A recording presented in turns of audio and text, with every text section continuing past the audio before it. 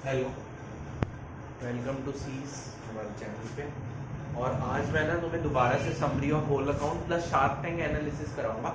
Shark tank में कुछ terms use करते हैं जैसे नेट मार्जिन, ग्रॉस मार्जिन। तो थोड़ी सी इंफॉर्मेटिव क्लास है ये। वैसे इंपॉर्टेंट है ये नहीं कि ये कोर्स से हट के है। ये summary of whole account accounting equation में काम आएगी, जर्नल में भी काम आएगी। मतलब पूरा अकाउंट का बेसिक एक ही क्लास में पूरा समराइज करके पढ़ा रहा हूँ मैं। इससे तुम्हारी अंडरस्टैंडिंग डेवलप होगी और जो अंडरस्टैंडिंग बाकियों के हिसाब से तुम्हारी इतनी ज़्यादा डेवलप हो जाएगी। ठीक है, तो ये कोई नहीं बताता, ये मैं थोड़ा सा तुम्हें इंट्रो दे रहा हूँ क्योंकि ना अकाउंट्स हम ना धीरे से नीचे से ऊपर जाते हैं डिटेल में, ऊपरी पढ़ते हुए डिटेल में। थोड़ा सा मैं तुम्हें डिटेल वर्जन दे रहा हूँ, फिर हम ऊपरी पे आएंगे, हम उल्टा जाते हैं। ठीक है, और उल्टा ही बेस्ट है तरीका। ठीक है, तो हल्का सा समझना है।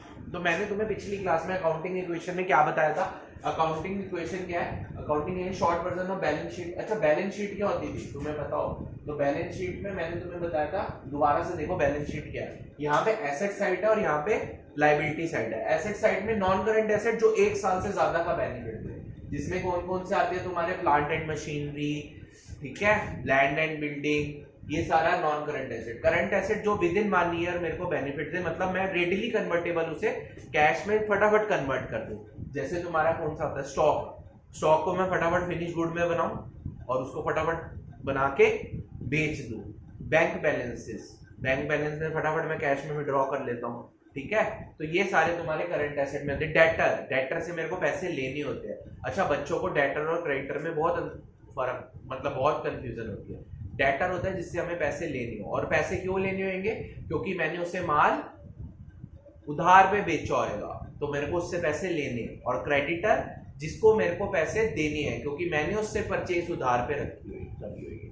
डेटर से पैसे लेने हैं, क्रेडिटर को पैसे देने, बस ये याद रखना। लायबिलिटी साइड में कैपिटल आती है और non current liability, current liability. Capital हो गया ओनर ने जो पैसा बिजनेस में लगाया हुआ है। ठीक है, नॉन करंट लायबिलिटी जिसको मेरे को पे 1 साल से ज्यादा का टाइम हो जिसको पे करना है, जैसे बैंक लोन वगैरह। करंट लायबिलिटी में आते हैं क्रेडिटर जिसको मेरे को विद इन 1 ईयर पे करना है पैसा। तो बस एसेट साइड में non current asset, current asset, liability में कैपिटल, नॉन करंट लायबिलिटी और उसमें। और एसेट को मैंने बताया था, एसेट साइड किसके बराबर होती है? Balance sheet. नाम बैलेंस शीट है लायबिलिटी के। एक्चुअली में हम डबल एंट्री बुक कीपिंग करते हैं, तो जो एक चीज डेबिट करेंगे, जितना डेबिट करेंगे उतना क्रेडिट करेंगे, तो डेबिट और क्रेडिट बैलेंस बिल्कुल सेम रहता है। तो इसी वजह से बैलेंस शीट भी टैली हो जाती है। अगर नहीं हो तभी डबल एंट्री बुक कीपिंग है। ठीक है, जितना हम डेबिट करते हैं उतना ही क्रेडिट करते हैं। ठीक है, अब अकाउंटिंग इक्वेशन में भी asset side is equal to liability. ये देखो, एसेट का टोटल बराबर है लायबिलिटी का। इसको फर्दर क्लासिफाई कर दिया गया था, मैंने तुम्हें बताया भी था लायबिलिटी को इंटरनल लायबिलिटी और एक्सटर्नल में। इंटरनल में ये आ जाती है कैपिटल, अगर मैं इधर भी देखूं तो ये इंटरनल है। ठीक है, और ये दोनों मिला के एक्सटर्नल है। बस इंटरनल प्लस एक्सटर्नल कर दिया इन्होंने, तो बस भाई वही बात आ गई। तो short version of balance sheet है, क्योंकि तुम्हें पूरी बैलेंस शीट तो पढ़ाएंगे नहीं अभी, रिलायंस इंडस्ट्री वगैरह की। तो तुम्हें अकाउंटिंग इक्वेशन एक शो कर रहे हैं कि डबल इफेक्ट जा रहा है। ठीक है, जितना एसेट में डेबिट हो रहा है उतना ही लायबिलिटी में डेबिट होगा, जितना एसेट में क्रेडिट हो रहा है उतना ही लायबिलिटी में से माइनस होगा। तो दोनों साइड तुम्हारा नेट इफेक्ट सेम करता है। तो आज हम थोड़ा सा शार्क टैंक एनालिसिस की बातें भी करेंगे। तो बनता क्या है वो मैं तुम्हें बता रहा हूँ। समरी ऑफ होल अकाउंट पहले दोबारा से एक बार ही देख लेते हैं। थोड़ा सा इस तरफ कैमरा किया जाए, ठीक है, इस तरफ थोड़ा सा करो, दिख रहा है ऊपर? ठीक है, समरी ऑफ होल अकाउंट में profit is equal to income minus expenses. हम बिजनेस क्यों करते हैं? मैंने तुम्हें पहले ही बताया, प्रॉफिट निकालने के लिए। हर 1 साल बाद जो मुकेश अंबानी है या बड़ी बड़ी कंपनीज है, क्या एनालाइज करती है कि हम काम कर रहे हैं, हमें प्रॉफिट हो भी रहा है या नहीं हो रहा। तो हर साल वो अपनी हर 1 ईयर की मंथली वाइज नहीं देखते वो, तो हर 1 साल बाद अपने अकाउंट्स बनाती है और पूरा प्रॉफिट देखते हैं कि पूरे साल का प्रॉफिट कितना हुआ। और प्रॉफिट निकालने का फॉर्मूला बचपन में पढ़ा है, इनकम माइनस एक्सपेंसेस। वो ही कर रहे हैं हम अकाउंट्स में, बस अकाउंट्स बना के इनकम माइनस एक्सपेंसेस कर रहे हैं। और मैथ्स में हम डायरेक्ट इनकम माइनस एक्सपेंसेस करते हैं, तो वो ही करना है, इनकम माइनस एक्सपेंसेस। तो मैंने तुम्हें बताया था इसके लिए 2 अकाउंट बनते हैं, एक ट्रेडिंग अकाउंट और एक P&L। ट्रेडिंग P&L मर्ज होकर ही बन जाता है। इधर आ जाते हैं सारे एक्सपेंसेस ट्रेडिंग P&L के। इस साइड पे सारा खर्चा माइनस होने वाला, इस साइड पे सारी आ जाती है इनकम। बस दोनों को माइनस कर देते हैं, मेरा नेट प्रॉफिट आ जाता है कि मैं घर पे कितना पैसा लेके जा रहा हूं, वो प्रॉपर्टी, इससे मेरे को लेना देना, यही मेरा माइंड आप है, ठीक है, यही मेरे को चाहिए। अब मेरी बात सुनना, समझना, ठीक है, मेरी बात समझना, इस बात पे गौर करना। तो ट्रेडिंग अकाउंट में क्या आता है? कुछ नहीं आता। ओपनिंग स्टॉक, यहाँ खर्चा है, खर्चा मतलब पिछले साल मैंने किया था खर्चा, खर्चा ही है ना, पिछले साल मैंने इस पे खर्चा किया था जो बिका नहीं था, प्लस परचेजेस, इस साल मैं और खर्चा करके रॉ मटेरियल लेके आया। जैसे मेरे क्लोथ्स में मैं धागा बना रहा, क्लोथ बना रहा था, तो धागा लेके आया था, पिछले साल धागा पड़ा हुआ था, या मतलब स्टॉक भी 3 तरह के होते हैं, रॉ मटेरियल, फिनिश गुड और वर्क इन प्रोग्रेस। मतलब पिछले साल मैंने क्लोथ बना दिए थे धागे से, वो बिके नहीं है, फिनिश गुड का मान लेते हैं। रॉ मटेरियल का भी हो सकता है स्टॉक, फिनिश गुड का भी हो सकता है। परचेज, इस साल मैं और क्लोथ लेके आया, इस साल मैंने और खर्चे किए उसके ऊपर, उसको बनाया और फिर मैंने सेल कर दी। और इस साल मेरा कुछ क्लोजिंग स्टॉक रह गया, मैंने क्लोथ बना दिए थे पूरे, लेकिन बिके भी तो नहीं ना, सारे थोड़ी बिक जाते, ठीक है, तो बिकवाने भी पड़ते हैं। तो ये एक तरह से फैक्ट्री से रिलेटेड खर्चे हो गए। जैसे मैंने लेबर को वेजेस दी, डायरेक्ट एक्सपेंसेस हो गए। जो फैक्ट्री, 2 तरह की काम होता है, एक तो मेन मैन्युफैक्चरिंग जहां पे होती है वो फैक्ट्री। ऑफिस में कौन सा वर्क होता है? एडमिनिस्ट्रेशन का वर्क, फाइनेंस का वर्क। तो मैंने 2 चीजें खोली हुई है, एक फैक्ट्री खोली हुई है, मेरे एग्जांपल में मैं ज्यादा अमीर तो था नहीं, आगे मैंने फैक्ट्री खोल दी थी, पीछे मैंने ऑफिस खोल दिया था। तो फैक्ट्री में मशीनें कहाँ लगी होती है? फैक्ट्री में। लेबर का काम करती है फैक्ट्री में। ऑफिस में कंप्यूटर्स लगे होते हैं, वहां पे अलग मशीनरी होती है, ठीक है, कंप्यूटर्स लगे होते हैं। और प्रोफेशनल काम करते हैं, जैसे तुम अकाउंट्स पढ़ रहे हो तो अकाउंट्स बनाओगे उनके, यही बनाओगे खाते, तो तुम सैलरी लोगे। तो वेजेस का खर्चा कहाँ पे आएगा? डायरेक्ट, फैक्ट्री से रिलेटेड।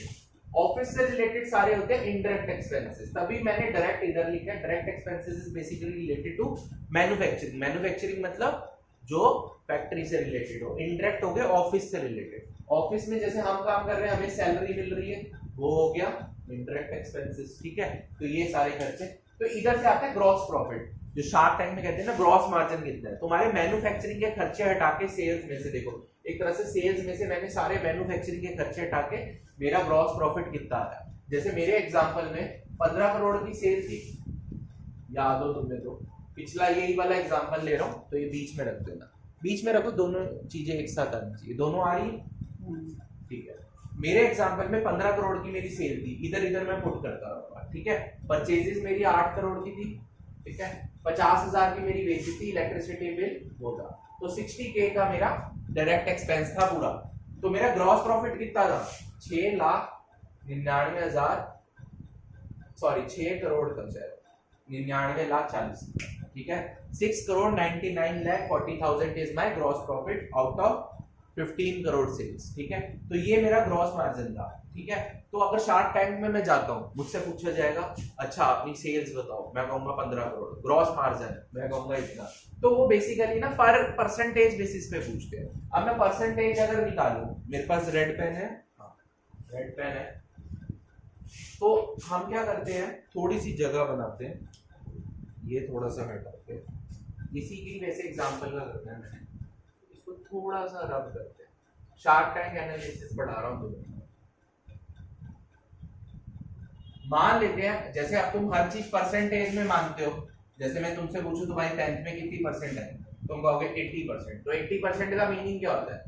पहले तो परसेंट का मीनिंग क्या होता है कि पर 100 में से, जैसे कोई परसेंट अगर मेरे को बोले, सेंट होता है 100, पर 100 में से मेरे कितने मार्क्स है, जैसे 80% है, तो कहने का मतलब मेरे 80 मार्क्स आए हर सब्जेक्ट में एवरेजली 100 में से। Percentage is also a kind of average which is on the basis of 100, ठीक है। उसमें जो बेस है वो 100 है, वो भी एक एवरेज ही है। तो हर एक सब्जेक्ट में मेरे 180 के करीब है। तो अब मेरे से शार्क टैंक में डायरेक्ट फिगर्स पूछेंगे तो उनको इतना समझ नहीं आता, तो वो परसेंटेज वाइज पूछेंगे, ठीक है।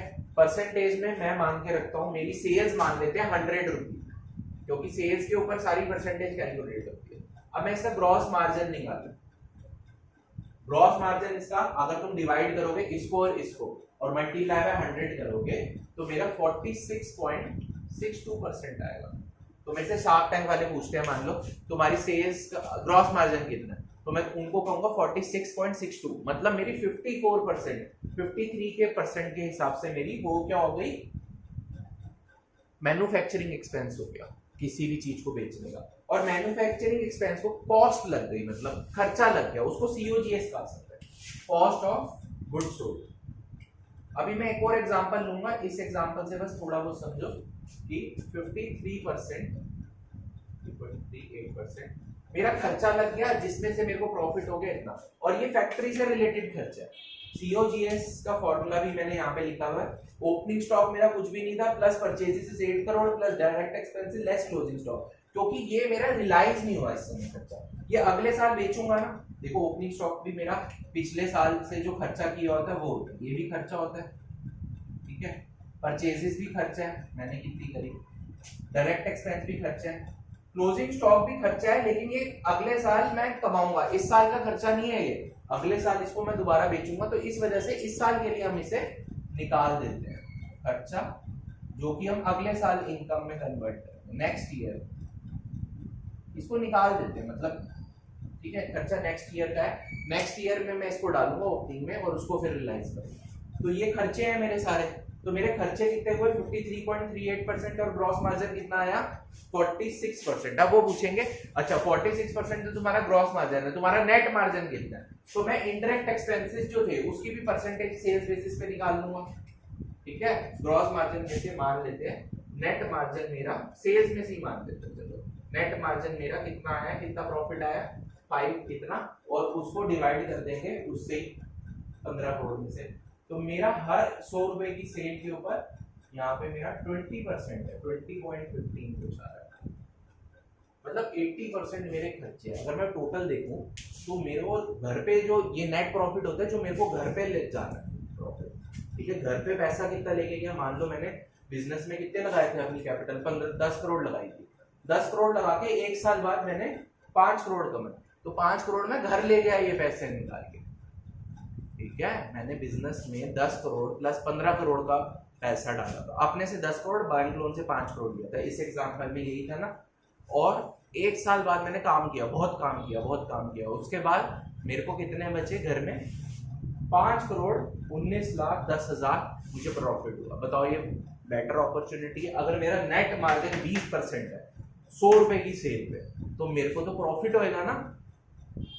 80% खर्चे के बाद मेरा 20% नेट प्रॉफिट है, मतलब ये मैं पैसा 100 रुपए पे, हर एक 100 रुपए की सेल पे 20 रुपए मैं घर लेके जा रहा हूँ। तो यहाँ पे अगर मैं जितना लार्ज स्केल करूँ, अच्छा देखो अब लार्ज स्केल करने का भी फायदा है, 100 रुपए की सेल करूंगा तो 20 रुपए क्या फायदा देना। असलियत में अगर मैं जितनी ज्यादा सेल करता हूँ, 15 करोड़ रुपए की सेल करता हूँ, ठीक है, उतना ज्यादा मेरा प्रॉफिट होगा। तभी शार्क टैंक में वो पैसे मांगने आते हैं, क्योंकि लार्ज स्केल, कम स्केल पे देखो कोई भी बिजनेस ज्यादा प्रॉफिट नहीं कमा पाता। लार्ज स्केल पे अभी तुम कंपनी अकाउंट पढ़ोगे, सोल प्रोप्राइटर बेचारा ज्यादा पैसे नहीं कमा पाता, फिर वो पार्टनरशिप में कन्वर्ट होता है, पार्टनरशिप से वो प्राइवेट कंपनी में कन्वर्ट होता है, प्राइवेट से पब्लिक। अब मुकेश अंबानी, रिलायंस इंडस्ट्री, ये पब्लिक कंपनी है, यहाँ पे स्टॉक बेचे जाते हैं, ये भी पढ़ाया जाएगा तुम्हें बाद में 12th में, ठीक है। तो सब्सक्राइब तो करो। अच्छा नेक्स्ट, तो बेसिकली मुकेश अंबानी पैसा पब्लिक से लेता है और लार्ज स्केल पे काम करता है। जितनी भी पब्लिक लिमिटेड कंपनी है वो पब्लिक से ही पैसा ले रही है शेयर्स के फॉर्म में, और लार्ज स्केल में काम करती है। स्केल ज्यादा होएगा तो मेरे को प्रॉफिट परसेंटेज वाइज 20% रहा है, 15 करोड़ की सेल पे 20% प्रॉफिट आ रहा है, ठीक है। 20.2 या 19 है, ये पता नहीं 18-19% होगा। 20% तो 15 करोड़ का 3 लाख हो गया, तो ये मान लो 18% के हिसाब से। एक मिनट रुक जाओ, मैं कैलकुलेट कर देता हूँ, ये थोड़ा गलत हो गया है ना। 15 करोड़ है तो 150 ही लगा देते हैं, 150 पे 18%, 27 हुआ ना। 15 करोड़ पे 5 करोड़ है ना, ठीक।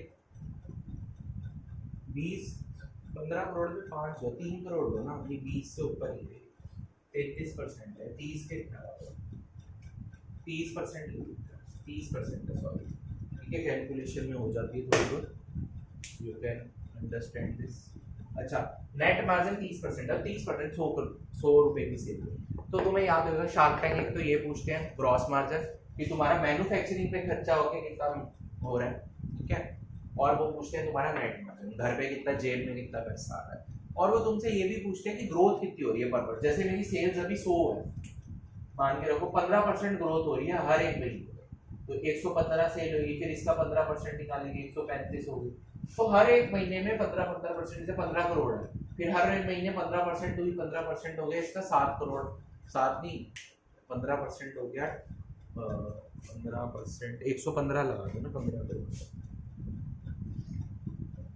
हाँ 17 करोड़ सेल हुई अगले साल, फिर 15%, फिर ऐसे ऐसे वो ये भी पूछते हैं कि स्केल भी हो रहा है तुम्हारा काम या स्टैग्नेंट तो नहीं होगा, ग्रोथ भी हो रही है बिजनेस में, ग्रोथ होएगी स्केलिंग होएगी तो नेट मार्जिन का मेरे को फायदा तब मिलेगा, स्केल ही ना हो बिजनेस ठप हो रहा हो, तो ये तुमसे क्वेश्चन पूछते हैं ग्रॉस मार्जिन और नेट मार्जिन। अच्छा अब हम क्या करते हैं, एक ना नया एग्जांपल लेते हैं, उसको इसमें डालते हैं, तो ये सारी चीजें अब मैं मिटा रहा हूँ, एक मिनट मुझे टाइम तो दो, मत खेल नहीं क्या वो भी लगा दिया।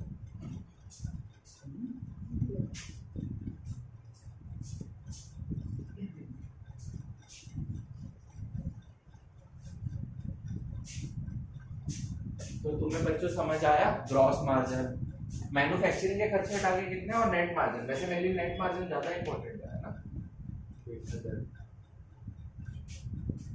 तो एक क्वेश्चन मेरे पास पूरा बना हुआ है, वो हम इसमें पुट कर देते हैं और उसमें फिर सेल्स का gross margin, net margin, COGS ये सब जाता है, ठीक है। आज की क्लास अकाउंटिंग इक्वेशन पे बेस्ड नहीं है, समरी ऑफ होल अकाउंट और शार्क टैंक एनालिसिस पे है, ठीक है। तो ये एक तरह से समरी मैं क्यों पढ़ा रहा हूँ ये तुम्हें, क्योंकि तुम अभी जर्नल पढ़ोगे, अकाउंटिंग इक्वेशन तो तुम पढ़ चुके हो, वो तुम्हें समझ नहीं आएगी, रटवाया होगा टीचर्स ने, है ना। तो तुम्हें एक तरह से मैं अलग ढंग से पढ़ा रहा हूँ, और अगर तुम्हें अच्छा लग रहा है तो भाई इसको कम से कम सब्सक्राइब करें, शेयर करें अपने दोस्तों के साथ, थोड़ा मेरा भी बेनिफिट हो, ऐसे मैं पढ़ाना ही छोड़ दूंगा धीरे धीरे थोड़ा तुम सब्सक्राइब शेयर करोगे, अभी पैसे तो ले नहीं रहा मैं कोई, तो उससे तुम्हें ये फायदा होगा, तुम्हारे दोस्तों को भी पता चलेगी चीजें कि असलियत में चीजें होती क्या है, स्कूल में क्या तुम्हें पढ़ाई जा रही है या ट्यूशन सेंटर में, ठीक है। मैंने रियल में अकाउंटिंग की हुई है तो मुझे तो पता है क्या चीजें होती हैं,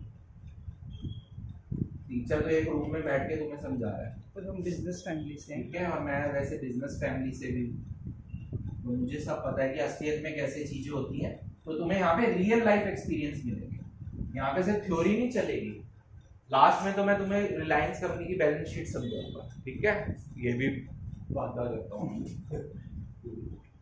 तो तुम्हें रियल लाइफ अकाउंटेंट बनेंगे अभी से,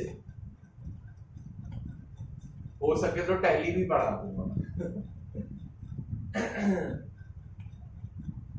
तो थोड़ा गौर फरमाना, एक एग्जांपल मैंने तुम्हारे लिए बनाया हुआ है, वो लिखा जाता है अब यहाँ पे, ठीक है, एग्जांपल तुम्हारे लिए क्रिएट किया और रियल लाइफ एग्जांपल ही है थोड़ा ये। अब आयरन गेट बन, मान लो मेरा बिजनेस आयरन गेट बनाने का, ठीक है, क्या बिजनेस है, आयरन गेट बनाने का, मान लो मैं आयरन गेट बनाता हूँ, अब तुम्हें इनपुट आउटपुट रेशियो पता होगी कि इतना इनपुट डालूंगा तो इतना आउटपुट निकलेगा, तो मैं आयरन खरीदूंगा और एक गेट बनाने में, एक गेट का लिख लेते हैं, एक गेट बनाने में 15 केजी आयरन लगता है, 6 फीट का एक गेट बनाना है मैंने, कितना आयरन लग रहा है, 15 केजी आयरन, ठीक है। अब मैं ये सारी बातें लिख रहा हूँ, क्वेश्चन एग्जांपल ही ले लो, पिछले साल से मैं वो काम कर रहा हूँ, तो मान लेते हैं मेरा ओपनिंग स्टॉक है, ओपनिंग स्टॉक मेरा गेट की फॉर्म में नहीं है, आयरन की फॉर्म में 500 की आयरन मेरे गोडाउन में पड़ा, ठीक है, परचेज करा मैंने, इस साल मैंने और आयरन परचेज किया, एक गेट बनाने में कितना केजी आयरन लग रहा है, 15 केजी, दिख रहा है, विजिबल है ये, थोड़ा सा ये वैसा है, एक मिनट दूसरा पेन लिखता हूँ, एक गेट बनाने में, आयरन का एक गेट बना रहा हूँ मैं, कितने केजी लग रहा है, ये आयरन गेट है ना, तुम्हारे घरों में होता है, मान लो 6 फीट हाइट है, 7-8 फीट का ही होता है वैसे, 6 फीट तो मेरी है, ठीक है, तो एक केजी बनाने में, एक गेट बनाने में 15 केजी कंज्यूम हो जाता है, परचेजेस में करिए इस साल मान लो 20,000 केजी, ठीक है, और 1 केजी जो आयरन है, जो गेट बनाने में यूज होता है वो वाला आयरन, मान लेते हैं 85 रुपए, 85 रुपीज, ठीक है। अब मेरी एक फैक्ट्री है, जहाँ पे गेट बनता है और एक ऑफिस है या शोरूम टाइप ले लेते हैं जहाँ पे वो रखे जाते हैं। एक बैक एंड में काम हो रहा है फैक्ट्री में और एक शोरूम में काम हो रहा है, ठीक है। फैक्ट्री में मान लेते हैं 50 वर्कर्स जिनको मैं वेजेस दे रहा हूँ कितनी की 6,000 रुपये पर उसको दे रहा हूँ। और मशीनरी भी लगी हुई है फैक्ट्री में, 10 लाख रुपए की मशीनरी लगी हुई है। मशीन कौन सी? कटिंग वगैरह के लिए, ठीक है, वेल्डिंग वगैरह के लिए मशीन महंगी आती है, बड़े लेवल पे काम कर रहा हूँ। और फैक्ट्री का यहाँ पे रेंट भी पे कर रहा हूँ 5 लाख रुपए पर ईयर की बातें हो रही है, ठीक है, पर ईयर की बात कर रहा हूँ। शोरूम में भी मैंने लिया हुआ है 10 लाख रुपए का रेंट पे कर रहा हूँ, ठीक है। और एडवर्टाइजमेंट कर रहा हूँ मैं। एडवर्टाइजमेंट कैसे? स्टाफ रखा हुआ है, मान लो मैंने स्टाफ भी रखा हुआ है और एडवर्टाइजमेंट भी कर रहा हूँ। अच्छे अच्छे सुंदर सुंदर बच्चे रखे हुए हैं बेचने के लिए माल, ठीक है। तो कितने का बेच रहा हूँ मैं? मान लेते हैं 82,500 रुपये खर्च कर, सारा एडवर्टाइजमेंट वगैरह मिला के। और मेरी प्रोडक्शन कैपेसिटी है, प्रोडक्शन कैपेसिटी होगी एक साल में मैं जो बना रहा हूँ वो 1000 गेट बना रहा हूँ, बनाने की कैपेसिटी है, बना रहा हूँ, ठीक है। तो ये मेरी सारी कहानी है। दोबारा से सुन लो, कहानी समझ नहीं आई। मैं मैन्युफैक्चरिंग कर रहा हूँ किसकी? आयरन गेट्स की। जस्ट स्टील गेट्स ले लो, कोई ऑफेंस नहीं है। एलॉय होते हैं आजकल तो मिक्सचर ऑफ मेटल्स का करके गेट बनाते हैं। मैं एक एग्जांपल ले रहा हूँ जस्ट फॉर, ठीक है। Steel gate, stainless steel, iron में तो जंग लग जाता है। स्टील गेट की आयरन स्टील गेट ले लेते हैं, कोई ऑफेंस हो रहा है, ठीक है। स्टेनलेस स्टील का गेट बना रहा हूँ, स्टील का ही खर्चा ले लेते हैं सारा आयरन की जगह। तो आयरन गेट बना रहे हैं, ठीक है, 7 फीट का गेट बना रहा हूँ। एक गेट में 15 केजी आयरन लग रहा है। 15 केजी मुझे कितने रुपए में मिल रहा है? 1 केजी जो आयरन की कॉस्ट है वो 45 रुपीज है। जस्ट रियल लाइफ एग्जांपल, और कुछ नहीं, ठीक है। ओपनिंग स्टॉक मेरा पड़ा है 5000 केजी, जो आयरन का मैंने फिनिश गुड बनाया ही नहीं, सॉरी आयरन से मैंने गेट बनाया ही नहीं, पुराने साल का आ रहा है। इस साल मैंने परचेज करा 20,000 केजी और प्रोडक्शन कैपेसिटी मेरी 1000 गेट की, और मैंने प्रोडक्शन भी इस साल 1000 गेट की कर ली, ठीक है। अब जो मेरी सेल्स हुई इस बारी, ठीक है, एक मिनट कैलकुलेट कर लूं, ठीक है। सेल्स जो मेरी हुई इस बार, मान लेते हैं कितने गेट बना के बेचे हैं मैंने? 800 गेट। साल की बात कर रहे हैं हम, ठीक है। अब ये सारी चीजें इसमें हम पुट करेंगे, किसमें? ये तो वैसे ही बहुत ज्यादा कोई नहीं, सारा फॉर्मेट में पुट करेंगे। हमने बेसिकली क्या निकाला? अच्छा, क्यों करते हैं बिजनेस भाई? सोशल वेलफेयर के लिए तो नहीं करते ना काम, तुम प्रॉफिट के लिए। तो मुझे प्रॉफिट कैलकुलेट करना है, तो इनकम माइनस एक्सपेंसेस कर देंगे। और मेरा जो फैक्ट्री की मशीन है डेप्रिसिएशन भी लग रहा है। डेप्रिसिएशन क्या होता था? Depreciation is basically reduction in the value of asset by effects of time, wear and tear, obsolescence, बहुत सारे रीजन होते हैं। तो बेसिकली डेप्रिसिएशन लग रहा है 10%। मशीन जो मैंने शुरुआत में लेके आया था, हर साल का 10% लग रहा है। 10 लाख की शुरुआत के साल में पड़ी थी, 10% और गेज गई, वो भी मैं खर्चे में। प्रॉफिट का फॉर्मूला क्या होता है? Income minus expenses. वो भी मैं तुम्हें खर्चे में दिखाऊंगा, वो भी मैं खर्चे में लूंगा। Depreciation is also a kind of expense, rent भी। अब दो तरह के मैंने बताया था। ओपनिंग स्टॉक कितना बड़ा बचा? ये मेरी फैक्ट्री है, आगे मेरी फैक्ट्री है, पीछे मेरा शोरूम है। फैक्ट्री का रेंट कितने का जा रहा था? 5 लाख का। शोरूम का 10 लाख का। एडवर्टाइजमेंट और स्टाफ पे 82,500 की।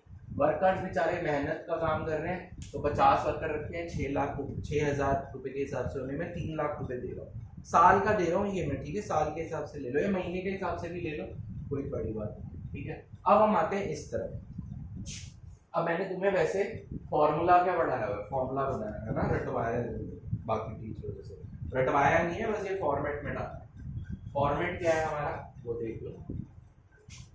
15 करोड़ सेल, ठीक है। एक्स्ट्रा बातें काट देता हूँ मैं ताकि हम, सॉरी ये तो मेन बात ही काट दी।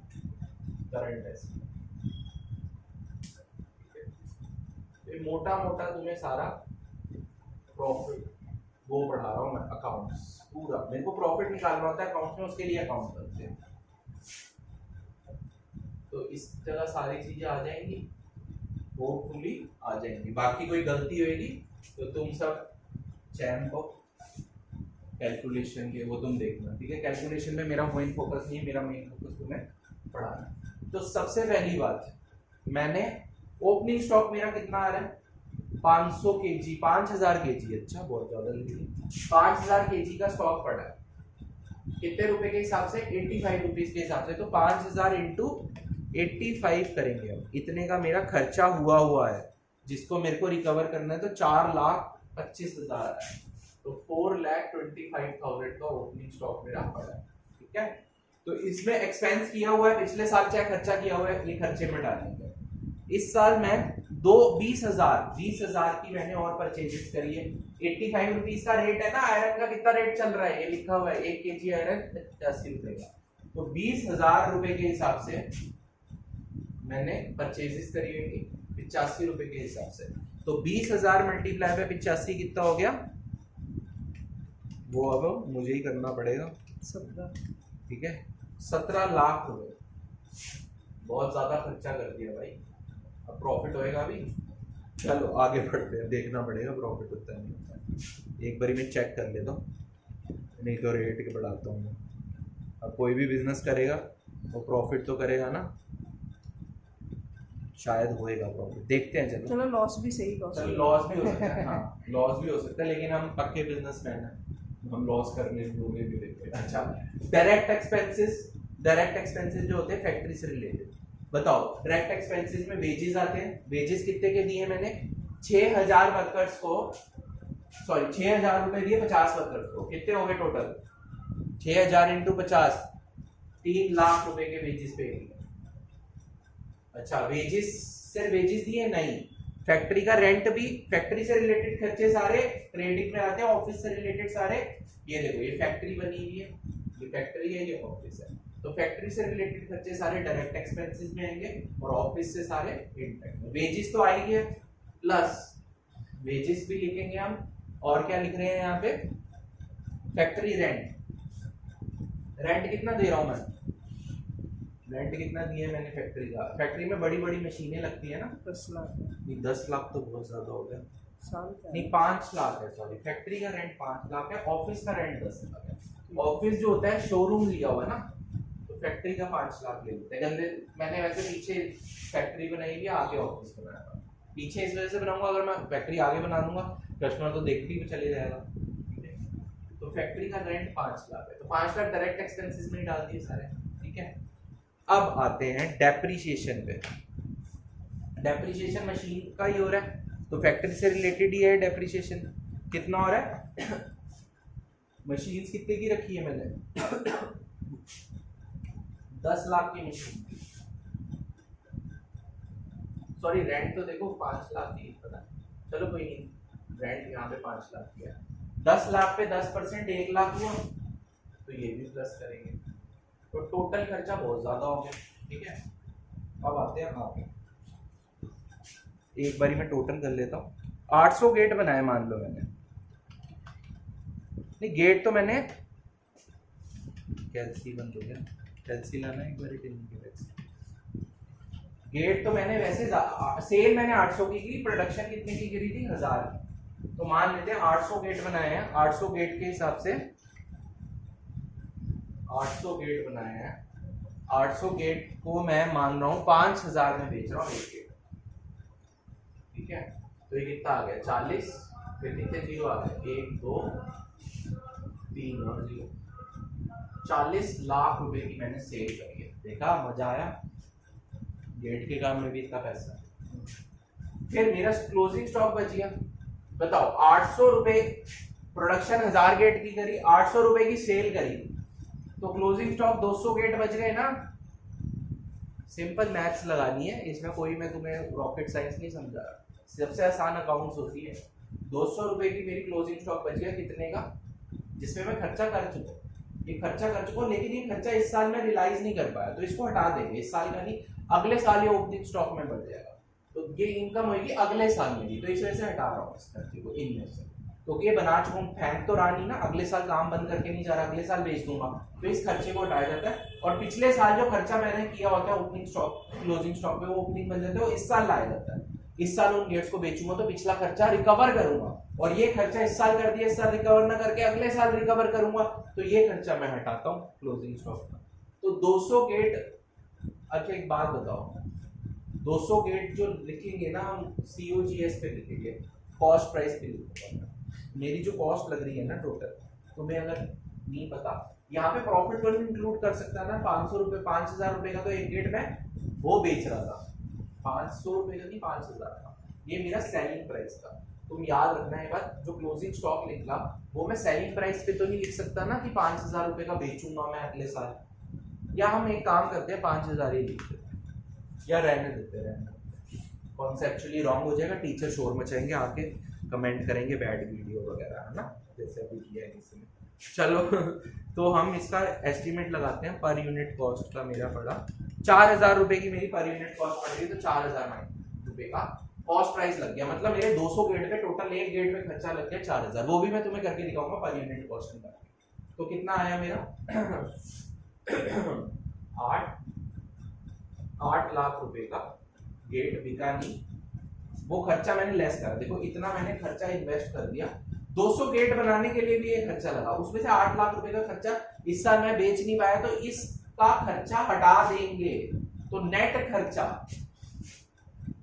खर्चा कितना हुआ मेरा, अगर देखा जाए तो नेट खर्चा ये पूरी साइड का प्लस माइनस 8 था, तो नेट खर्चे को ही, नेट खर्चा और किसका, कितना स्टॉक बेचा, कितने गेट बेचे मैंने, 800 गेट बेचे, नेट खर्चा 800 गेट पे जो बेचे हैं उस पे कितने का हुआ है, उसको कहते हैं COGS बेसिकली क्या होता है, कॉस्ट ऑफ गुड सोल्ड।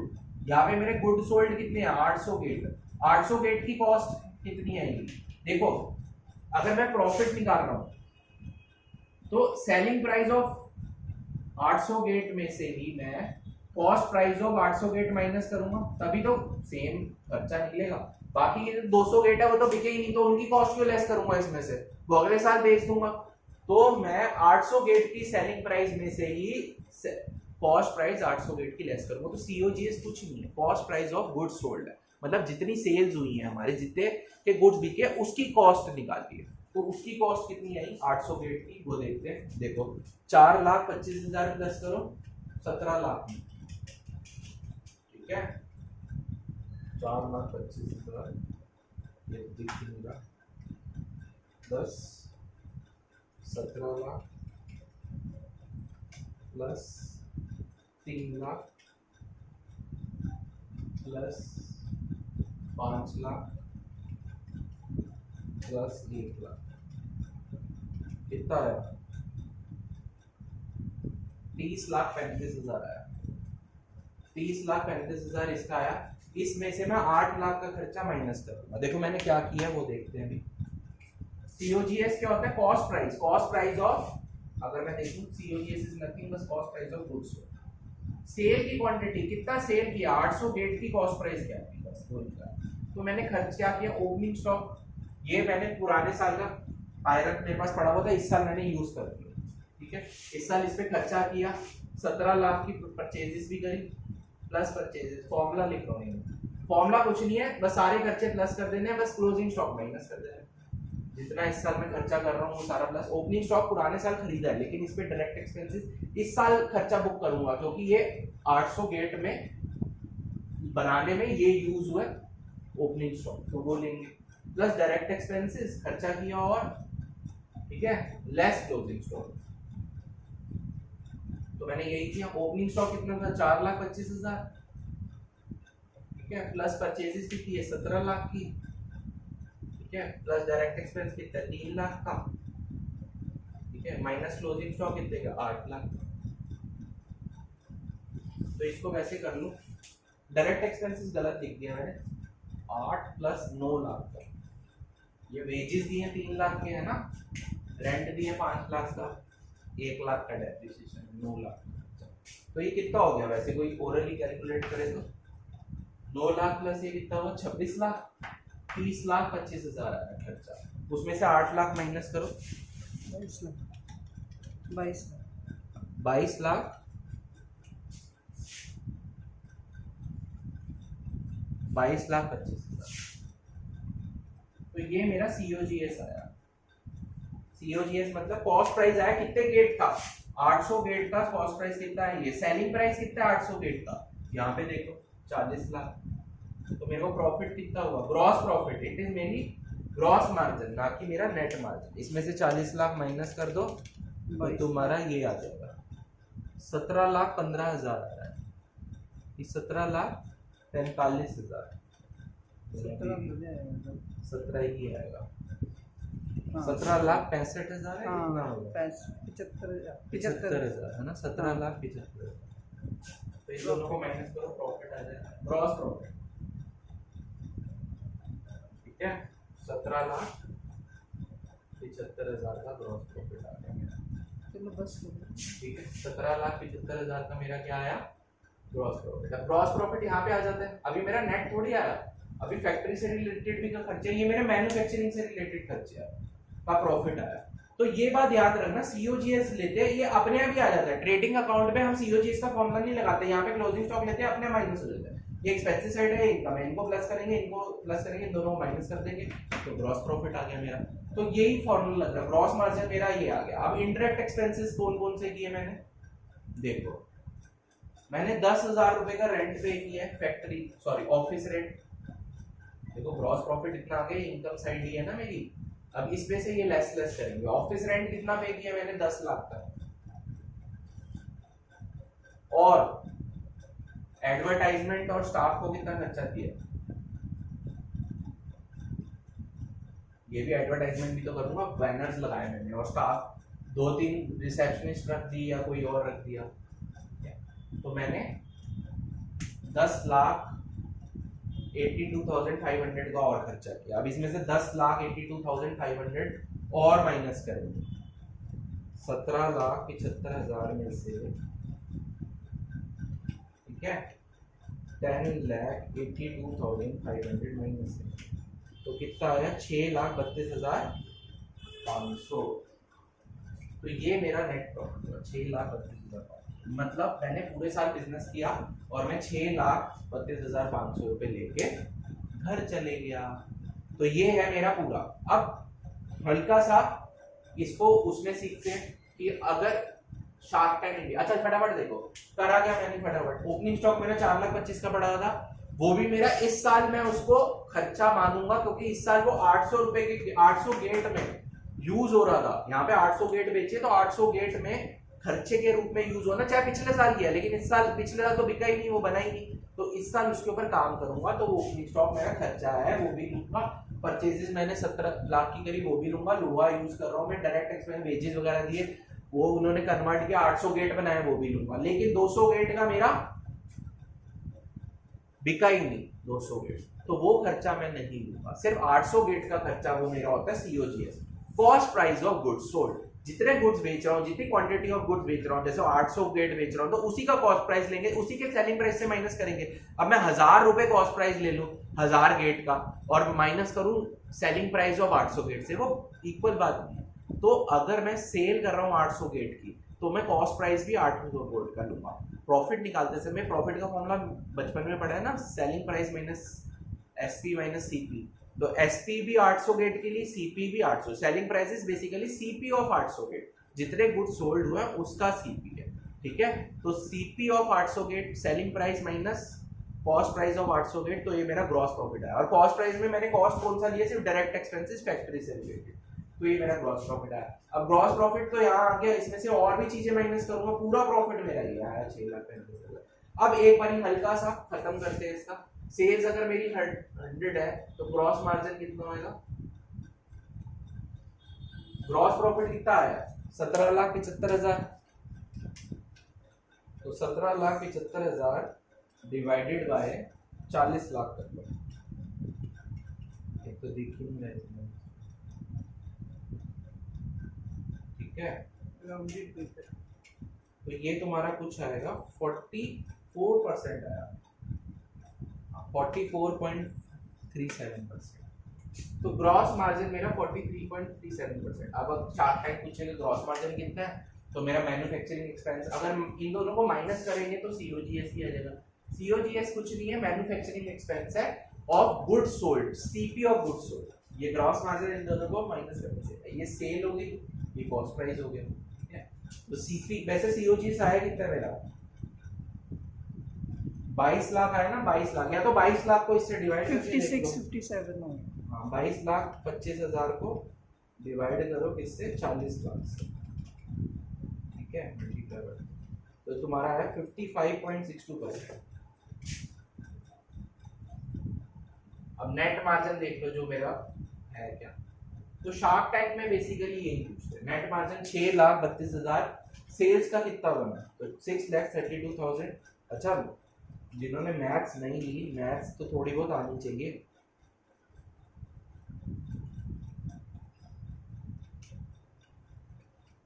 मेरा 15% के करीब नेट मार्जिन।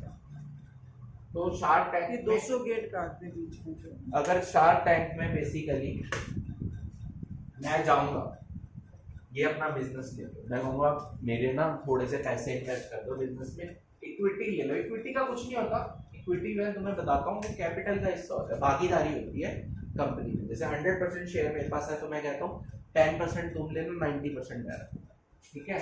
तो 2% शेयर भागीदारी होती है और पैसा देते हो, ठीक है। तो पैसा आएगा तो मैं और मैन्युफैक्चरिंग करूँगा, जैसे 800 गेट की जगह मैं 2,000 10,000, तो वो मुझसे पूछेंगे कि सेल्स अगर तुम्हारी 100% है तो ग्रॉस मार्जिन कितना, मैं कहूँगा 44%, नेट मार्जिन कितना है 15%, और ये अच्छी फिगर्स है। तो फिर वो मेरे ऊपर बिजनेस पे पैसा लगाएंगे। लेकिन वो ये भी पूछेंगे फिर ग्रोथ कितनी कर रहे हो, सेल्स की हर साल ग्रोथ कितनी हो रही है। तो बस यही है। बैलेंस शीट अभी मैंने बनाई नहीं, मान लेते मैंने कैपिटल 10 करोड़ की लगाई थी, 10 करोड़ तो ज़्यादा है, 10 लाख, 10 लाख भी कम है, 1 करोड़ लगा लेते, 1 करोड़ की कैपिटल लगाई, ठीक है, 10 लाख का बैंक लोन लिया, ठीक है। बस ये थोड़ा बहुत देख लो। मशीनरी कितने की ली थी मैंने, मशीनरी मेरे पास इस साल की नहीं पहले की पड़ी हुई, 10 लाख की पड़ी हुई थी। तो ये ऐसे बैलेंस शीट बन जाती है। ये ट्रेड तो प्रॉफिट निकालने का बस फॉर्मूला है, इनकम सारी में से एक्सपेंसेस माइनस कर दो तो नेट प्रॉफिट आ जाता है, जो बचपन में हमने पढ़ा था। तो हम क्लोज कर रहे हैं। तो ये मेरा बेसिक ऑफ पूरा summary of whole account plus shark tank analysis थोड़ा बहुत तुम्हें समझाया। इस वीडियो को एक तरह से अगर तुम कुछ पढ़ ही रहे हो तो इन्फॉर्मेशन के रूप में एक बार देख लो, और इसको सब्सक्राइब करो, लाइक करो और शेयर जरूर करो, ताकि दूसरों तक भी ये इन्फॉर्मेशन पहुंचे और मेरी भी थोड़ी फायदा हो। देखो मोटिवेशन तभी मिलेगी जब तुम थोड़ा शेयर वगैरह करोगे। अभी पैसे तो किसी से नहीं ले रहा, फ्यूचर में थोड़े ही लूँगा। वैसे 1000 रुपीज़ है ऑनलाइन, अगर किसी ने ऑनलाइन भी पढ़ना है ना, जूम में पढ़ाऊँगा मैं, 1000 रुपीज़ में आराम से तुम्हें क्लास दे दूँगा। चलो ओके बाय।